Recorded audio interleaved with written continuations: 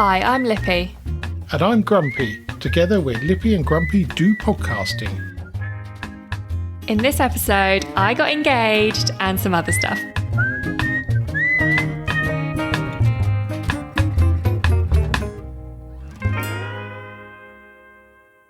Now, Lippy.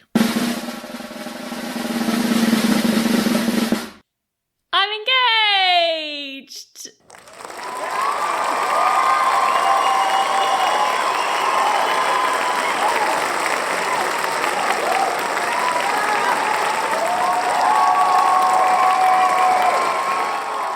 That was a long round of applause. I like it. Yeah, yes, it's 36 seconds worth I've just spotted, which is a bit on the long side. Congratulations. That's superb news.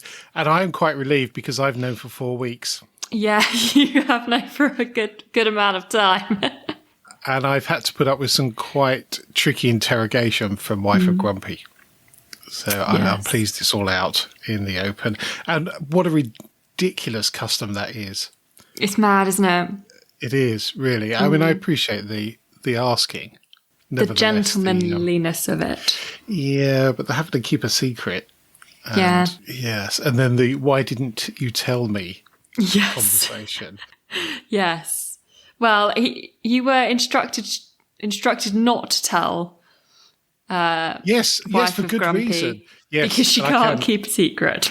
Well, allegedly that's not the case, but I'm not going to discuss the matter any further. It's done now. So tell us all. I might well up because I do. Every time I start talking about it, I get a bit emotional. Oh, good grief. My heart of stone is melting. So we went to Edinburgh for Chris's birthday weekend. Well, it was meant to be Chris's birthday weekend, and got up stupidly early on Friday. Got a flight, landed, got to our hotel. Thankfully, could check in early. We checked in at like 10 a.m, which was really good. Dropped all our bags off. And then Chris kept saying he really wanted to do this walk up Arthur's Seat, which is quite a famous bit in Edinburgh. And I was like, yeah, that should have been my first clue. Chris hates walking. Yes, that is a bit of a giveaway, isn't it? I should have clocked at that point, but I didn't. So I put our bags down and off we went, walked like around the palace to get there. And walking around the palace, there's so many police everywhere. And I was like, something's happening. If there's this many police, there's something going on. And they're all stood in a big square on the green. And then there was a cross on the grass. And I was like, there's a helicopter. So obviously somebody important was arriving. So we start doing the walk and we kind of walk away from it, but you circle around, you can look over it. We did decide not to do the actual walk and to do the shorter one just to get the view because neither of us really like walking that much, but the view was meant to be really good. So we start walking up the hill. Me being me, stopping every 2 minutes to see what's happening with the helicopter and all the policemen on the field, obviously having absolutely no clue as to what's going on. And like every few minutes after I'd stopped, Chris goes, okay, do you want to just walk a bit? Should we just do a little bit more? Like go a little bit higher.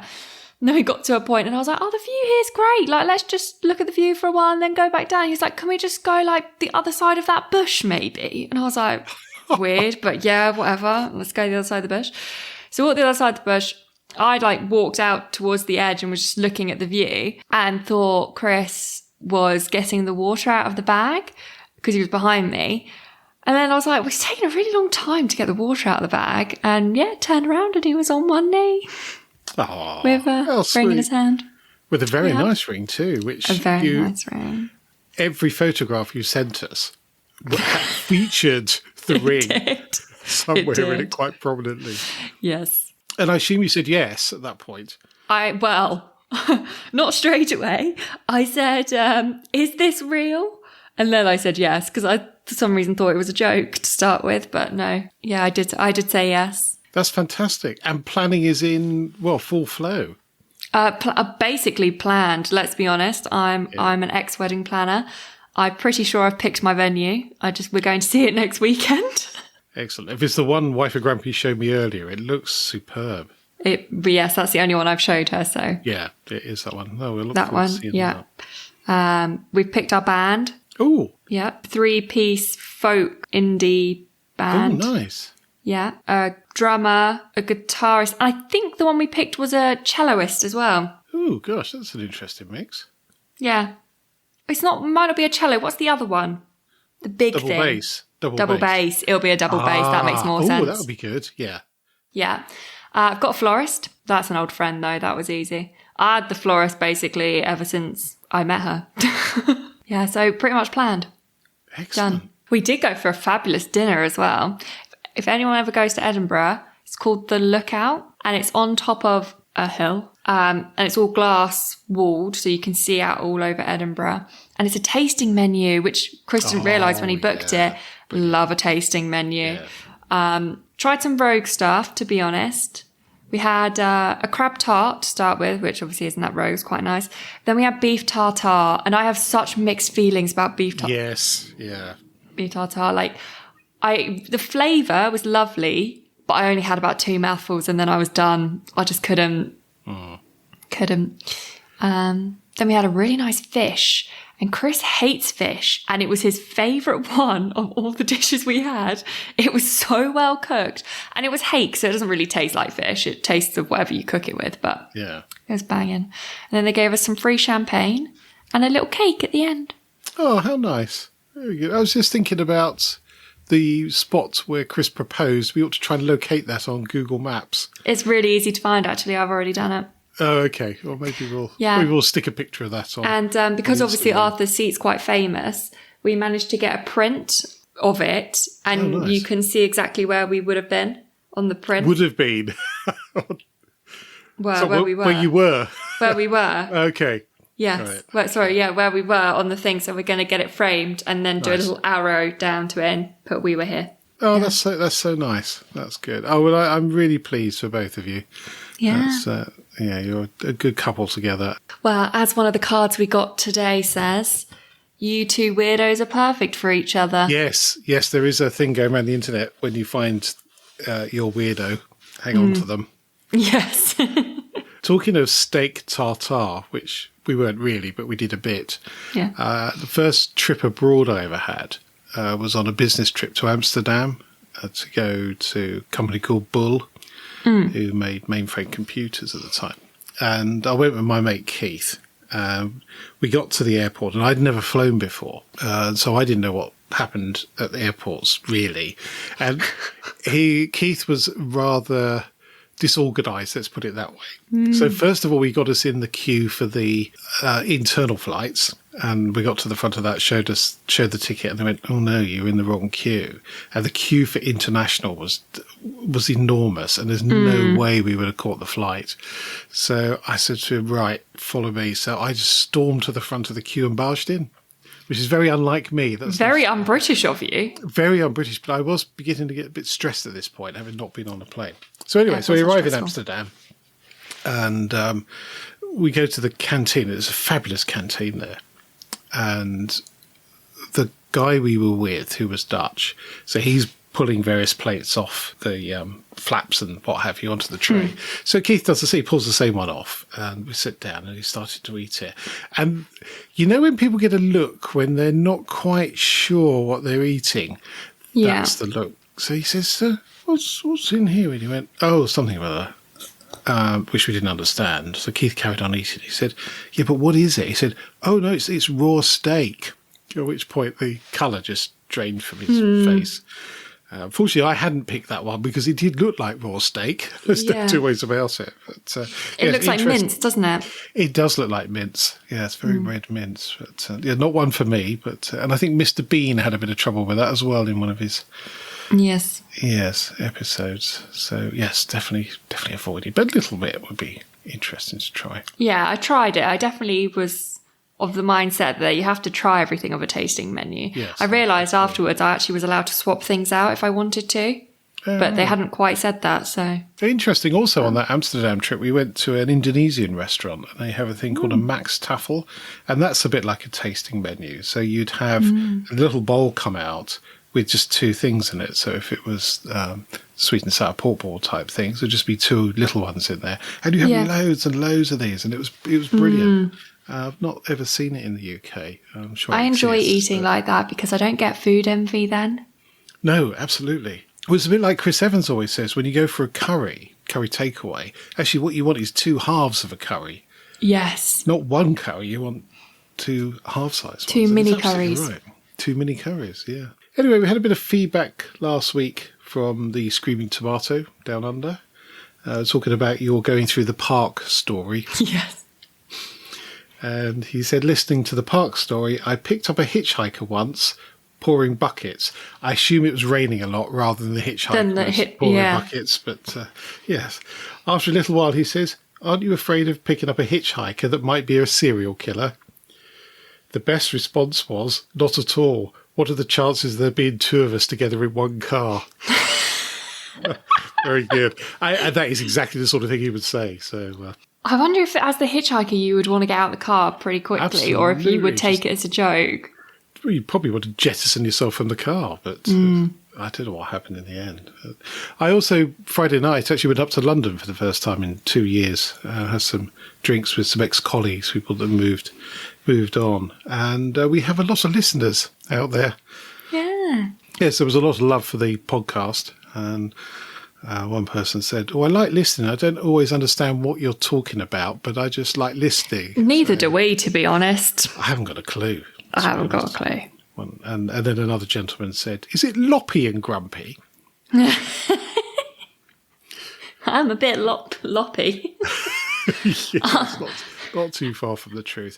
But I am getting very old because it was far too noisy in that pub for me. I couldn't hear properly, and it was all a bit much, really. Almost 60. So. Quite a way away yet. It's a good few years. We had a bit of an incident during the week with a plastic chopping board and a very hot hob. I've seen. Yes. The disaster of which that was. Yes, it was filled the downstairs up with quite unpleasant smoke. It was wasn't very pleasant at all. I managed to retrieve the chopping board from the bin and took a photo of it, so I shall post that on Instagram if it's running, of course, after last night's mega outage at Facebook. It was weird. Because obviously it was Facebook, Instagram, and WhatsApp not working because they're all owned by same people. I didn't know what to do with myself. No, there are other WhatsApp replacements, like Signal and Telegraph, which are probably worth signing up for, and because they're not. Well, they're open source. I don't know how they make their money, but they're pretty much as good, really, just not as much coverage in terms of people using them. But turns out the Facebook issue seems to be a bit of networking that tells you how to get to a particular server the shortest route, if you see what I mean. So if you think I see. I mean, the word web is quite a good word to describe it. So you can get from one place to another by a variety of routes, and that was always part of the original internet, or ARPANET as it was in the 50s. So there was resilience because it was a military project. But there is an optimum route, and this file tells you how to do that, and somehow that got lost. So, yeah. Oh, no. Yes, it's a bit like saying, well, I know where to go, but my map book is completely empty, so I can't get there.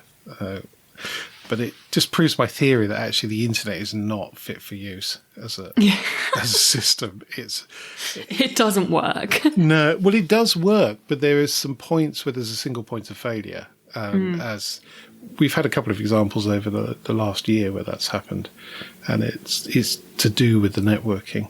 But I think we're too far down the line now. Microsoft in the 90s wanted to use something else, so they ignored the internet before doing a massive U-turn.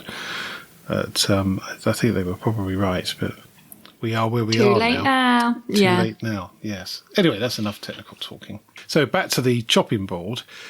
So we had stuck to it a metal spatula and a fork. Yes. I managed to get the spatula off. The fork was stuck, but that has now come loose, I'm pleased to say. But the mess on the hob was fairly unpleasant. Good old scraper got all that off. But it took a good, probably a good day for the smell to go, I think. Yeah, burning plastic really is very pungent. Yeah, the smoke was awful. I mean, you can't imagine having to deal with a fire with plastic. Very polluting. Not very nice at all. And we talked briefly about petrol shortage last week. And I came across an article in the Suffolk Gazette where it was suggesting that a fuel thief had siphoned from a camper van or motorhome, and he got into the toilet instead of the fuel tank. Oh! Now, I think we've covered this story before on here some while back. I was thinking about it just now, and that's very difficult to do in this country. I mean, I know the big American RVs tend to have a tank that you have to pump out, but all of the camper vans I've seen in this country have a cassette that you take out with all the products in it that you then go and empty somewhere else. So it's not just a pipe. No, you wouldn't accidentally put a pipe in there. That would actually be quite tricky. And generally, they're locked behind the door as well. So I have a feeling it's a bit of a spoof article, but it did make me go, oh. Yeah, it serves anyone right who was yeah, absolutely trying to siphon fuel. Oh, gross. I mean, siphoning fuel is bad enough, let alone a toilet. I've tried to do it on a more modern car, and it's almost impossible because there's all sorts of baffles and things, so you can't actually get the pipe in there very easily. But I've done it when I was a lad with cars, and you almost always end up with a bit of petrol in your mouth. Disgusting. Talking of which, I did something monumentally stupid last week. So I have a... Did you? Yes, I did. Just the one thing? Just the one that I'm going to admit to. So there was a mini day at Brooklands, which had been postponed from its normal March date. And I nipped out on Thursday to top the tank up. Because the problem with the Mini is the petrol gauge doesn't work particularly well. The most it will go up to is half full. So we tend to do about 200 miles between fill-ups, and we're pretty much okay. So I got in the car, drove down there, got to the back of the queue, which is quite a small queue, and it was showing about half full. By the time I got to the front of the queue, it decided to go down to almost empty. So how much was in there is a bit of a mystery, really. There's a maximum of 35 quid. And I drove in there. I only got £27 worth in there. So I did feel a bit stupid going in because it looks like you've just stopped and topped up. Whereas actually, I don't think I've put much more than 30 quid in there when it's been on fumes. So yeah, there was only a little bit in there. Anyway, so I got back and I've had this fuel stabiliser for a while to put in there so that if we don't use it over the winter, the fuel doesn't go off so much. So I tipped it in there, and there's a bit of a bowl where the petrol nozzle goes, and there's a flap that you sort of push open with the nozzle of the petrol pump. So I put this stuff in there, and it's sitting in this bowl. Oh, that's a bit annoying. Oh, I know what I'll do. I'll get a stick, and I'll open the flap, and then I'll blow, and the stuff will go into the tank. Brilliant idea. Yeah. Yeah, I thought it was a brilliant idea. So I open the flap, and I give it a little blow, and there's still some in there. So I gave a much bigger blow. And the next thing I know, this stuff has blown back. Yeah. And it's in my mouth. Ooh. It's all over my face. It's on my jumper. And it's splattered along the side of the car as well. And there could only have been a tablespoon in there. There was not very much in there. And it was really... It went everywhere. It went everywhere, literally. And it was slippery and stinky and horrible. So I had a very strong cup of tea, and that sort of got rid of the taste, but it took a while for the smell to go, and I soaked my jumper and it went through the washing machine, and I got it out yesterday, and I thought I'm sure I can still smell it. It'll be all stuck in your nose a bit as well. Absolutely. Yeah, it gets stuck everywhere. But so top tip, if you're putting fuel stabiliser in, don't blow it. Just don't blow it. Leading on to Brooklands Day, which was a really great day. I mean, the weather was stunning after Saturday, where it was just torrential rain and winds. It was very nice. It was very hot at one point. And unfortunately, there was not so many people there because people can't get fuel or couldn't get fuel in the southeast. It was very difficult. So it was a little down on numbers, but it was quite nice because it wasn't then overly busy. So we bumped into a few people we knew. But being a club member there, you get to use the members bar, which is very nice. Just look out over the hoi polloi down there. Watch everyone. Just watch everybody go by. So it was a very, very pleasant day. And just as we left, there seemed to be a lot of people leaving. It was about 2:00. And there's some dark clouds coming in, and I heard somebody say, "Oh, well, it's either going to rain and people are leaving before it rains, or somebody's found there's a petrol station open." Rush to it. Rush to it. So we got caught in a bit of a deluge, but not too bad. So that was a very pleasant day, but not as pleasant as your weekend. No, my weekend was just a bit of a whirlwind, to be fair. I don't really. It all kind of was just very floaty and magical. Yes. Well, long may it continue. Yeah. I walked down the hill with my hand out in front of me like I'd broken it because I didn't know what to do with it. And Chris was like, just walk like a normal person. And I was like, but what? I don't know what to do with my hand. To the point where a lady walking past turned to her boyfriend and went, well, they just got engaged. Yes, very good. Very good indeed. Oh, but also, it turns out it was a helicopter landing. Yes. On the field, and they were quite an important person. I think it was the Queen's helicopter. Really? Well, it was the royal helicopter, but it might not have been the Queen, but it was definitely the royal helicopter. Oh, okay. Well, but I'd completely forgotten about all of that because I was more interested in what just happened to myself. Yes, I should hope so too. Yeah. Now, talking of Edinburgh, one of the things on my list of things I would like to do is the Edinburgh Fringe one year. Yes, I tried. But obviously by the time I was moving, it was all fully booked. Yes, absolutely. And it's all been a bit odd this year in terms of things moving and not being very predictable. But as you know, we're looking at doing a special episode about the film Jaws. Yes. And to say I've become a bit obsessed is an understatement. It is very much an understatement. Very much. And I found there's a show called The Shark is Broken, which is a play, which is basically the three main characters, so Quint, Brodie and Hooper. And it's the scene where they're in the boat together. So the infamous Scar comparisons. Yes. And talking about the Indianapolis, which is an amazing speech, best part of the film in my view. Anyway, so the play is about the three actors rather than the characters and their interaction while they're waiting for the shark to work properly. And I was looking up, apparently it took 150 hours to get that shark working, and it's only on screen for 4 minutes. So. And they basically had filmed everything that didn't involve the shark. So they just had these bits left. So it's the interaction between them.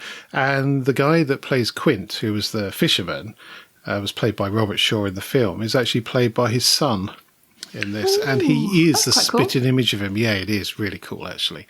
They're very, very good likenesses to the original cast. So I was saying that started at the Fringe, and it's in London, starting in a few days. I think I'd actually quite like to see that. Oh, would you? Oh, well, I was going to go with Wife of Grumpy, so maybe we could do it together. But it'll have to be a matinee because I need to be in bed by 9. Oh, me too. Yeah, do a matinee. You can take me and my fiancé if you want. Oh, very good. Yes. Yeah, so I'm looking forward to that immensely. It's had really good reviews, and that's the sort of thing I would have loved to have seen at the Fringe. That would have been superb. Yeah. The thing that I find tricky with that sort of thing is knowing what to see. There's so much. I also, my fiance's been before. And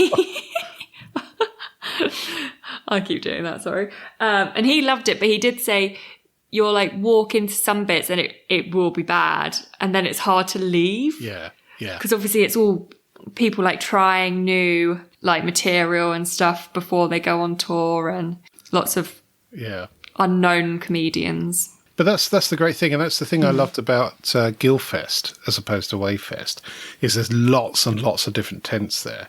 So you'll go and see somebody very, very famous on the main stage, but you go and have a wander around and you go into a tent and there's 4 young lads who are just oozing ambition and cockiness.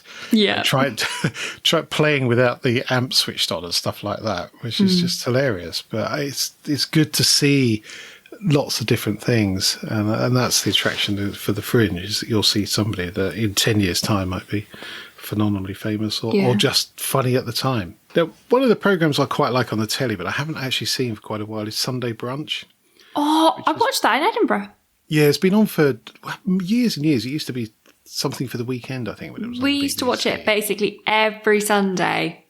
Yeah. It used to be on in the background while we were pottering around absolutely. at home. Sorry, at your house.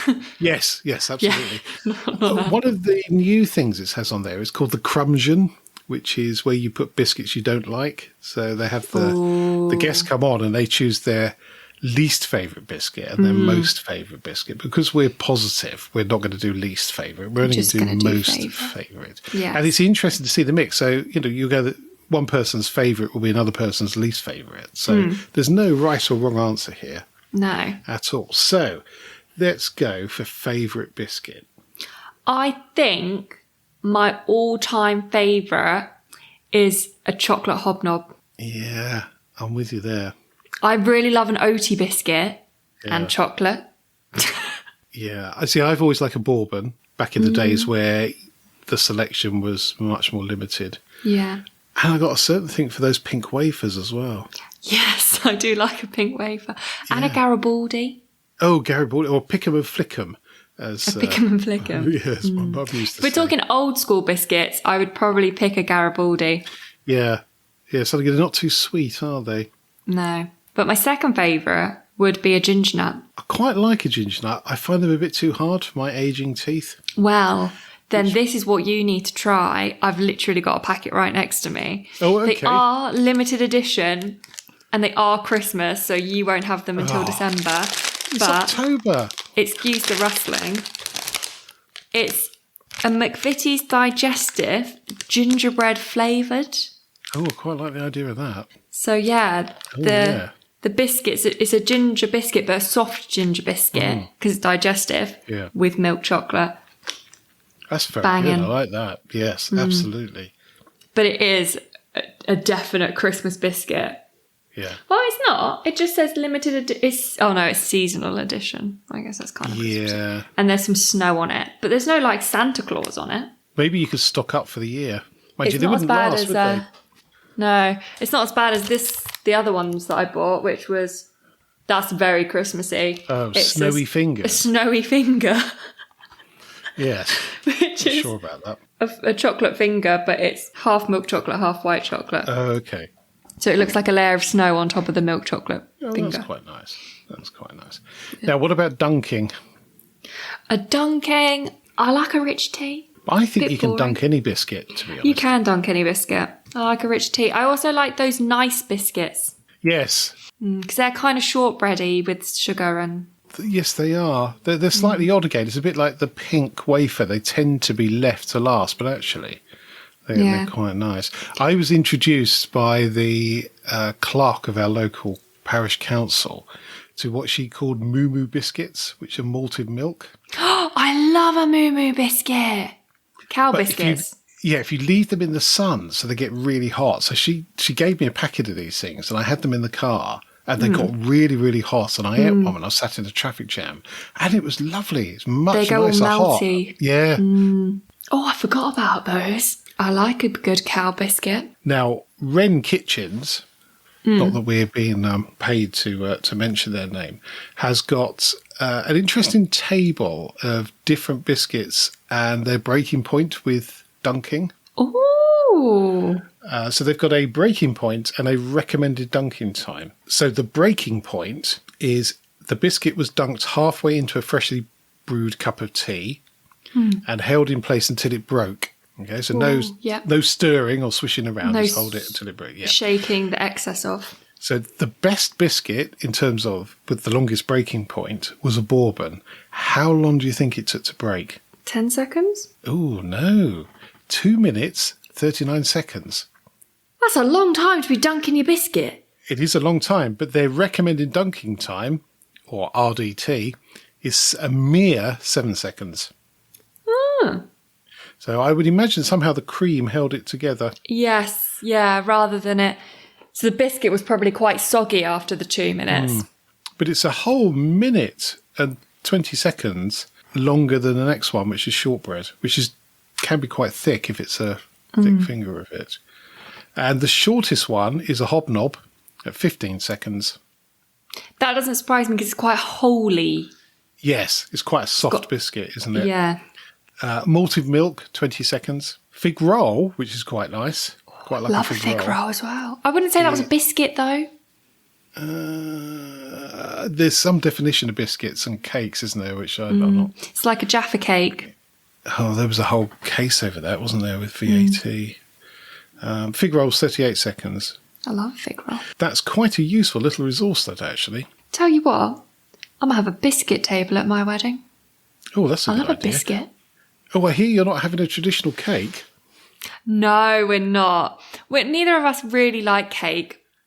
Like, I do love cake. That's a lie. I do love cake. But no one really eats a wedding cake. And I did a whole wedding cake in one sitting. I love wedding cake. well, we are going to get cutting cake to be served, but that's not what we're going to have displayed. We're going to have a tiered cheese stack. Oh, that is just genius.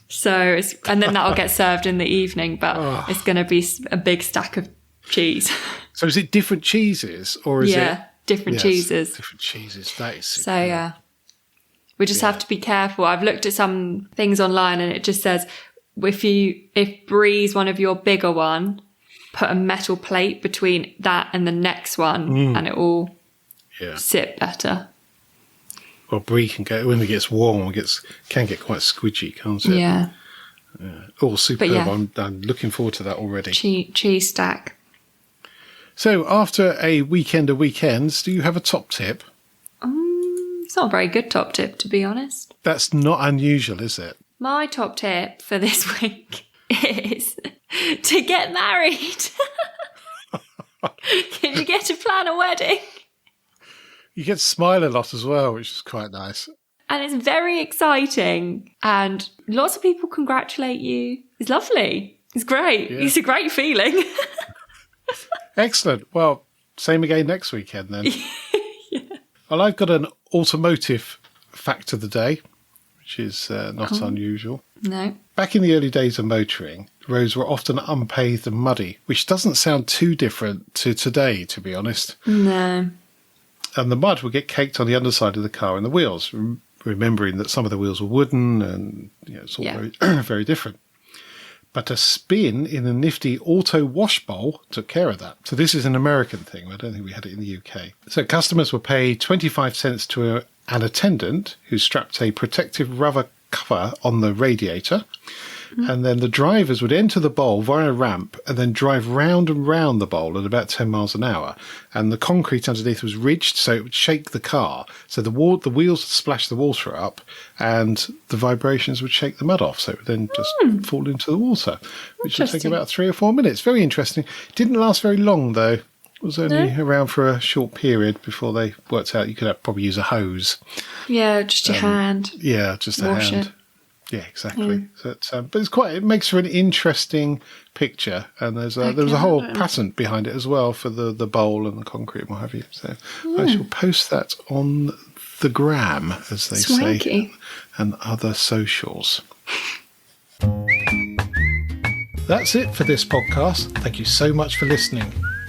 You can help spread Lippy and Grumpy's view on life by leaving a review on your favourite podcast platform. If you're not sure how to leave a review, or if you download from Spotify, there's some help at lippyandgrumpy.uk/review. And if you would like to get in touch, email podcast@lippyandgrumpy.uk. So it's goodbye from me. And goodbye from him.